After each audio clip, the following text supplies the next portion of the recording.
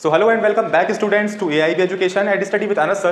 Today I will be starting class 12 Political Science chapter number 5 समकालीन विश्व में सुरक्षा। तो अब तक हमने 4 चैप्टर कवर कर लिए हैं एक वन शॉट रिवीजन के साथ। अपने हर एक क्लास के अंदर पूरा एक चैप्टर हम फिनिश करते हुए आ रहे हैं। तो इसी तरीके से आज की इस इंपॉर्टेंट क्लास के अंदर हम समकालीन विश्व में सुरक्षा के सभी इंपॉर्टेंट टॉपिक्स को समझेंगे, सारे पॉइंट्सों को जानेंगे और जो जो उसमें इंपॉर्टेंट चीजें हैं याद करने वाली वो मैं आपको बताऊंगा जो कि आपको याद करनी है। तो स्टार्ट करते हैं अपनी आज की इस इंटरेस्टिंग रिवीजन को, वन शॉट रिवीजन को काफी brief, best and short explanation के साथ। So let's start.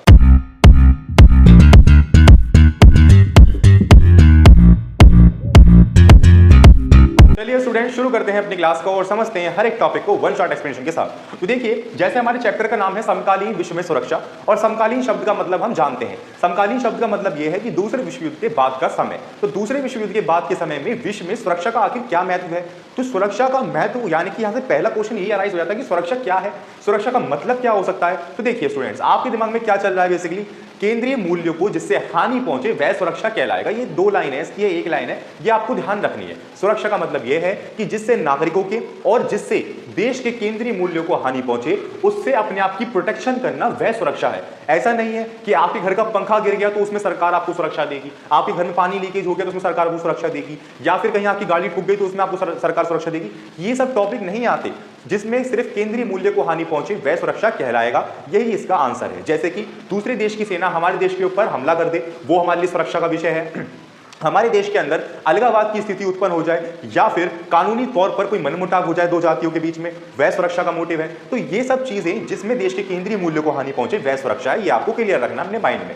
अब सहयोग मूलक सुरक्षा का मतलब है क्या? तो देखिए, जैसे मैंने आपको बताया कि जो हमारे पास सुरक्षा के टॉपिक्स आते हैं, जैसे किसी और देश ने हमारे ऊपर हमला किया और उस हमले में हमने अपने आप को प्रोटेक्ट किया अपनी ही सेना कार्यवाही के द्वारा, तो वह सहयोग मूलक सुरक्षा नहीं कहलाएगा। इसका मतलब यह है कि जब कोई देश हमारे ऊपर हमला कर रहा है तो उसको हम हमले का जवाब हमले से ही ना दें, उसको एक बातचीत के जरिए, एक मंच के जरिए फिनिश आउट किया जाए, सॉर्ट आउट किया जाए, जिससे लोगों की जानें कम जाएंगी। और लोगों की जानें कम जाएंगी तो अल्टीमेटली हमारे देश की आंतरिक सुरक्षा बनी रहेगी, आंतरिक व्यवस्था अच्छी बनी रहेगी। तो हर एक टॉपिक को, हर एक लड़ाई को एक आपसी बातचीत के द्वारा, एक मंच के द्वारा और कई सारे बिचौलियों के द्वारा, बिचौलिए इन द सेंस एक मंच जब लगेगा तो उसमें बहुत सारे देश इन्वॉल्व होंगे, तो उसको आपसी बातचीत के द्वारा फिनिश कर दिया जाए, यही सहयोग मूलक सुरक्षा है, यानी कि युद्ध की आशंका को कम करना। ठीक है, अब सुरक्षा की धारणाएं, यानी कि सुरक्षा की ना दो धारणाएं भी होती हैं। भाई हमने जान लिया सुरक्षा है क्या, सहयोग मूलक सुरक्षा भी क्या है वो भी हमें पता चल गया। अब इसकी धारणाएं क्या है? इसकी धारणाएं दो भागों में डिवाइडेड है, पहला परंपरागत, दूसरा गैर परंपरागत। इसका मतलब यह है, देखो, परंपरागत के अंदर आता है बाहरी सुरक्षा और आंतरिक सुरक्षा। परंपरागत यानी परंपरा से आप समझो कि जिसके अंदर देश के ऊपर बात हो रही है, देश की बाहर की सुरक्षा और देश के अंदर की सुरक्षा। ठीक है, अब बाहरी सुरक्षा का मतलब मैंने अभी बताया, बाहरी सुरक्षा का मतलब यह है कि कोई युद्ध होना, है ना, किसी भी विदेश नीति के अंदर कोई ऐसी चीज बनना जिससे हमारे देश को नुकसान पहुंचे। तो अल्टीमेटली जो भी भारत देश की एक्टिविटीज चल रही हैं जिससे हमारे देश के ऊपर इफेक्ट पड़े, वो बाहरी सुरक्षा कहलाता है। ठीक है, यहां तक फिनिश हो गया। ठीक, आंतरिक सुरक्षा का मतलब, यानी कि आंतरिक सुरक्षा मतलब यह है कि हमारे देश के अंदर की स्थिति क्या चल रही है।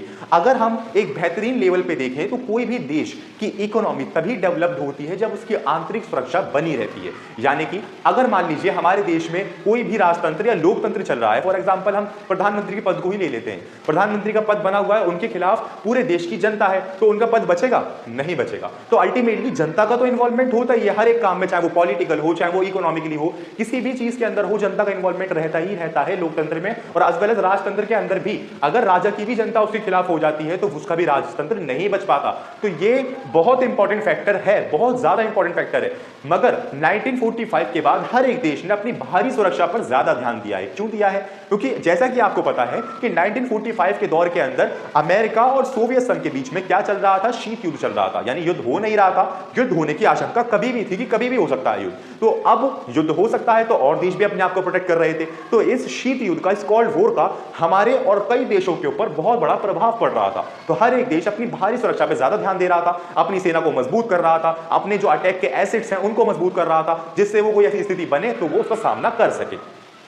बाकी आंतरिक सुरक्षा भी बहुत महत्वपूर्ण है, बहुत ज्यादा। मगर यह माना जाता है कि देश को सबसे ज्यादा खतरा जो होता है वो भारी सुरक्षा से होता है, क्योंकि भारी सुरक्षा मतलब यह है कि जब कोई देश हमारे ऊपर हमला करेगा तो हमारी सेना भी मारी जाएगी, हमारे आम नागरिक भी मारे जाएंगे और साथ में हमारे देश की अर्थव्यवस्था को भी बहुत बड़ा खतरा होगा। ठीक है, तो इस वजह से गैर परंपरागत का मतलब, तो गैर परंपरागत का मतलब यह होता है मनुष्य सुरक्षा और विश्व सुरक्षा। इसका मतलब बहुत सिंपल सा है, मनुष्य सुरक्षा यानी कि महामारी हो गया, भूख हो गया, मानवाधिकार हो गया, प्राकृतिक आपदा हो गया, तो ये सब मनुष्य सुरक्षा सुरक्षा के अंदर कंसीडर किया गया है। यानी कि कोई भी प्राकृतिक आपदा आ रही है तो उससे निपटने के लिए सरकार कोई इंतजाम करे। अगर किसी देश के अंदर महामारी आ रही है तो उससे निपटने के लिए सरकार इंतजाम करे, जैसे कि यूएनओ करता है अपनी ब्रांचेस के द्वारा, जैसे WHO, और भी कई सारी चीजें जो कि मानव से रिलेटेड है, मानव जाति से रिलेटेड है, उनके ऊपर सरकार का विचार, वो सब किसमें कंसीडर होगा? मानवीय सुरक्षा में। अब विश्व सुरक्षा भी इससे बहुत मिलता जुलता है, जैसे कि विश्व सुरक्षा के अंदर मिलता जुलता क्या है? प्राकृतिक आपदा, महामारी, भू। इसमें जो नए टॉपिक आते हैं वो आ जाता है आतंकवाद। विश्व सुरक्षा के अंदर आता है आतंकवाद, अपने देश को बेसिकली आतंकवाद से प्रोटेक्ट रखना। जैसे कि कोई भी आतंकवादी स्थिति बनती है तो उसमें वो आतंकवादी हमें बता के थोड़ी आएंगे, या फिर वो हम पे हमला थोड़ी कर देंगे बाहर सरहद पे, वो पहले देश के अंदर एंटर करेंगे, ठीक है। तो इन सब व्यवस्थाओं से अपने आप को प्रोटेक्ट रखना ये विश्व सुरक्षा कहलाता है, जिसके ऊपर सभी देश विचार करते हैं कि आखिर किस तरीके से इन सब चीजों को खत्म किया जाए, ठीक है। तो ये होपफुली आपको समझ में आया होगा सुरक्षा क्या है, सहयोग मूलक सुरक्षा क्या है, सुरक्षा की पारंपरिक गैर पारंपरिक धारणाएं क्या हैं, वो सब हम समझ गए। पारंपरिक धारणा में क्या आती हैं और बताइए?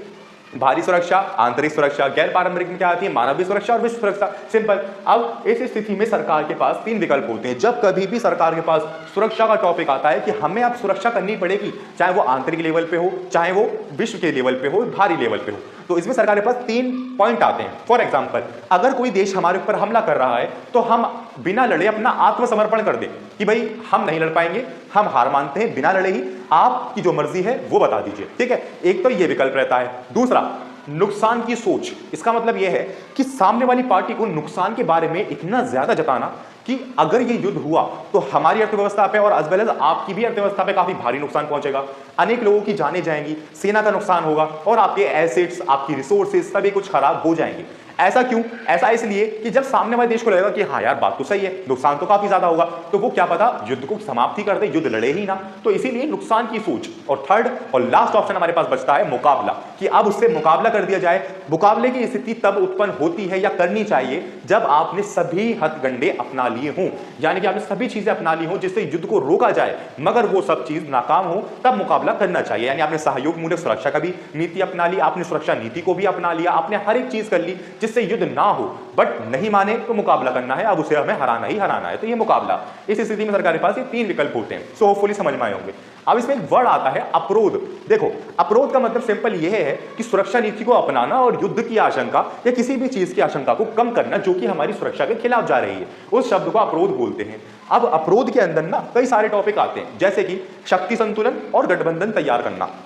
इसका मतलब यह है कि जब कभी भी हम अपने देश के आसपास देखेंगे तो हम कई सारे देश पाएंगे और उन देशों की शक्ति भी देखेंगे कि वो देश ज्यादा शक्तिशाली है तो वो देश कम शक्तिशाली है, जैसे कि चाइना, पाकिस्तान, बांग्लादेश, म्यांमार, नेपाल, भूटान। तो इन सभी के साथ हमारे कुछ संबंध अच्छे हैं तो कुछ बुरे भी हैं। तो अब हम यहां से ये कंक्लूजन ड्रॉन कर सकते हैं कि बेसिकली किस देश से हमें कितना नुकसान पहुंच सकता है, यानी किस देश के पास कितनी ताकत है, वो उस ताकत का कितना यूज हमारे ऊपर कर सकता है, उसके मुताबिक अपने एसेट्स, अपनी रिसोर्सेज और अपने आप को डेवलप्ड करना कि इन केस फ्यूचर के अंदर कोई ऐसी स्थिति उत्पन्न होती है तो हम उसका डट कर मुकाबला कर सकें। तो ये होता है स्टूडेंट शक्ति संतुलन। दूसरा, गठबंधन तैयार करना। गठबंधन is the most important case of this approach, यानी कि बहुत ज्यादा इंपॉर्टेंट है ये गठबंधन तैयार करना।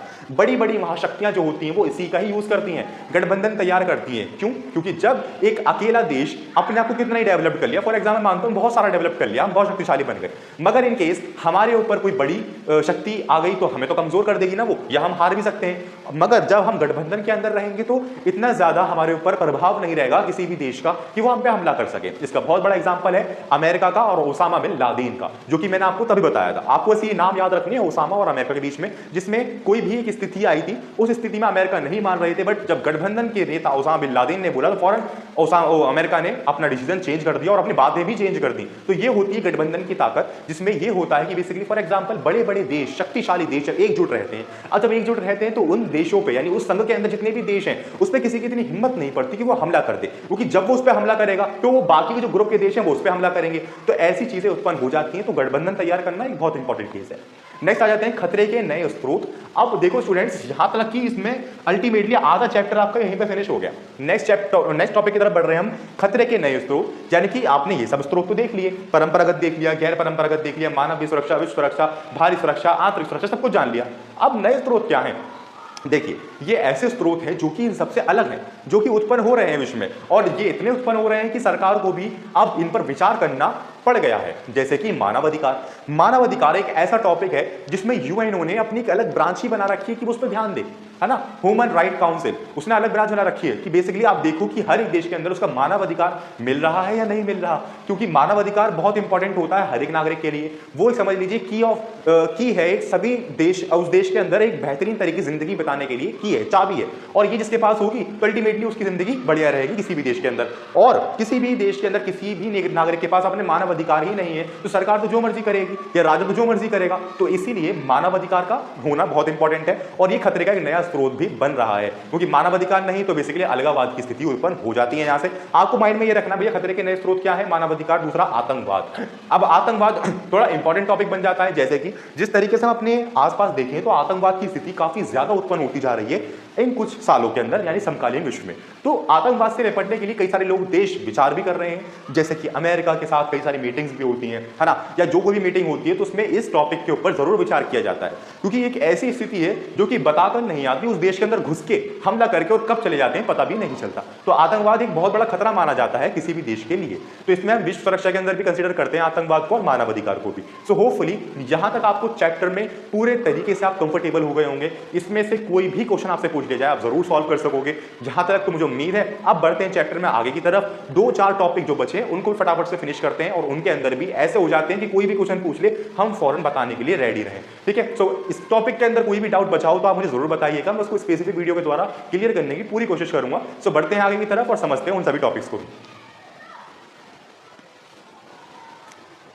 तो चलिए स्टूडेंट्स, इस चैप्टर से हमारे पास नेक्स्ट इंपॉर्टेंट पार्ट ये आता है कि अब तक हमने सभी चीजें समझने की सुरक्षा का मतलब क्या है, प्रॉपर वे हम सुरक्षा जान चुके हैं।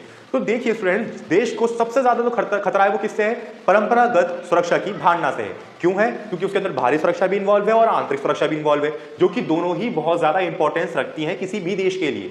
तो अब इनको मेंटेन करने के लिए, यानी हर देश को सुरक्षित रखने के लिए कुछ ऐसी चीजें भी निकाली गई जिससे हर एक देश एक तरह से रिस्ट्रिक्शन के अंदर बंधा रहे और ऐसी स्थिति उत्पन्न ना हो कि किसी देश के केंद्रीय मूल्यों को हानि पहुंचे। अब वो चीजें क्या है, तो देखिए सुरक्षा के लिए पारंपरिक तरीके, ये जो पार्ट है ये आपको याद करना है स्टूडेंट्स, ये इंपॉर्टेंट पार्ट है, इसमें आपको साल तो याद रख के ही जाने हैं क्योंकि ये बहुत ज्यादा इंपॉर्टेंस रखते हैं। तो देखिए 1972 में जैविक हथियार संधि निकाली गई, यानी बायोलॉजिकल केमिकल वेपन्स पे रिस्ट्रिक्शंस लगाई गई और इस पर जो साइन किए वो 155 देशों ने किए, ये आपको याद रखना है। नेक्स्ट 1992 के अंदर रासायनिक हथियार संधि यानी केमिकल वेपन काउंसिल पर रिस्ट्रिक्शंस लगाई गई कि इससे रिलेटेड कोई भी हथियार यूज नहीं करेगा, इस पर 181 देशों ने हस्ताक्षर किए, ठीक है। नेक्स्ट अब 1972 में एंटी बायोलिस्टिक मिसाइल, अब जो ये दोनों संधियां थी ना, इन दोनों संधि पे रूस ने और अमेरिका ने अपने आप को अलग रखा कि मैं तो फॉलो नहीं करूंगा इन सब चीजों को। तो फॉलो करने के लिए तो यहाँ पे जो हमारी इंटरनेशनल काउंसिल थी उन्होंने कहा चलो भैया नहीं फॉलो कर रहे कोई बात नहीं,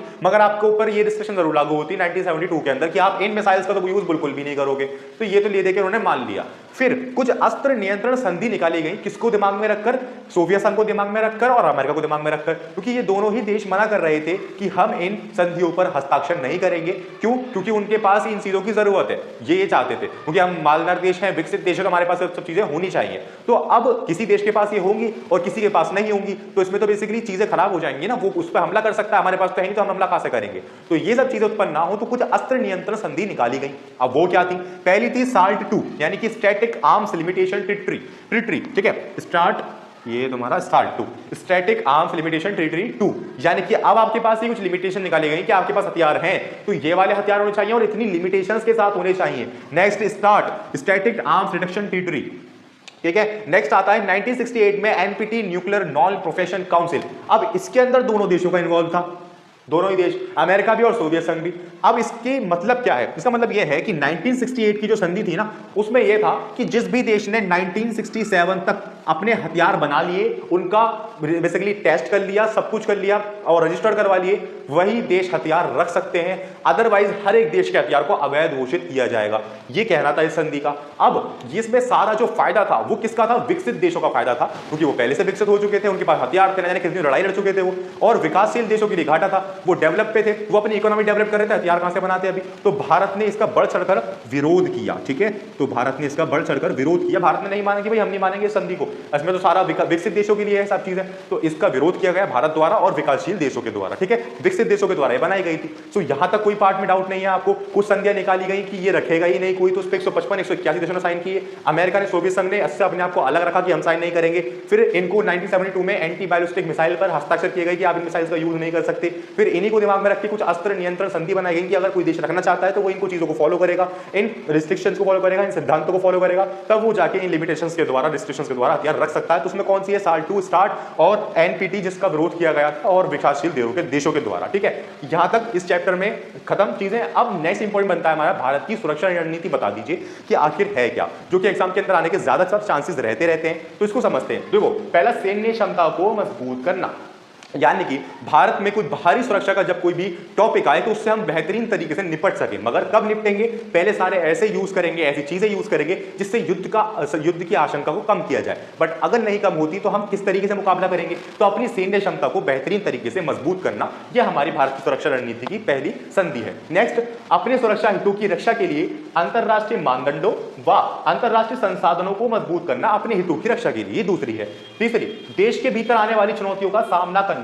इसका मतलब यह है कि जो देश की आंतरिक सुरक्षा है उसके अंदर विचार करना कि कोई भी अलगाववाद की स्थिति, कोई भी कानून के तौर पर कोई भी मनमुटाव या जो कुछ भी है जो देश के भीतर है, उससे अपने आप को हमेशा तैयार रखना इन चुनौतियों से सामना करने के लिए, और अपने देश को एकजुट रखना, ठीक है। और लास्ट आती है अपनी अर्थव्यवस्था को विकसित करना, यानी मजबूत करना। अब ये मजबूत करना दो तरीकों से होता है। पहले तो गरीबों को छोड़ो, अमीर को और मालदार करते जाओ और मालदार करते जाओ, तो अल्टीमेटली हमारी इकोनॉमी तो इंक्रीज होनी है क्योंकि पैसा आएगा देश के अंदर। मगर अपनी अर्थव्यवस्था को इस तरीके से विकसित करना कि गरीबों का एक बड़ा समूह गरीबी से निकलकर एक बढ़िया इकोनॉमी के अंदर आ सके, जिससे वो अपनी पर कैपिटल इनकम भी इंक्रीज हो, अपने जीवन यापन की उनकी स्थिति चेंज हो, उनका स्टैंडर्ड चेंज हो। इस तरीके से अपने माइंड में रखकर गरीबों के हितों के लिए अपने देश को, अपनी देश की इकोनॉमी को विकसित करना। तो ये थी हमारे भारत की सुरक्षा की रणनीतियां। तो होपफुली इस चैप्टर के अंदर आपको कोई डाउट नहीं बचा होगा। जितनी इंपॉर्टेंट चीजें थी वो सब मैंने आपको कवर अप करवा दी, जो चीजें याद करने वाली थी सो मैंने आपको बता दी। इस चैप्टर में कोई भी डाउट कहीं भी बचा हो तो आप मुझे जरूर बता दीजिएगा। और आज के ही दिन इस चैप्टर को रीड जरूर करना है। मैं हर एक क्लास के अंदर आपसे कहता हूं कि हर एक क्लास के होने के बाद शाम को, दोपहर में, जब कभी भी आपको समय मिले एक बार रीड जरूर कीजिए, क्योंकि जब आप रीड कर लेंगे तो आपकी सभी कॉन्सेप्ट, सभी चीजें पक्की हो जाने वाली हैं। और आप दोबारा भी चैप्टर को नहीं पढ़ोगे ना, सिर्फ चैप्टर का नाम सुन लोगे तो आपको सभी चीजें दिमाग में आ जाएंगी, ठीक है। सो मिलते हैं नेक्स्ट क्लास के अंदर, कवर करेंगे नेक्स्ट चैप्टर को इसी तरीके से brief, best, short and one shot way के साथ। सो मिलते हैं नेक्स्ट क्लास के अंदर। Thank you.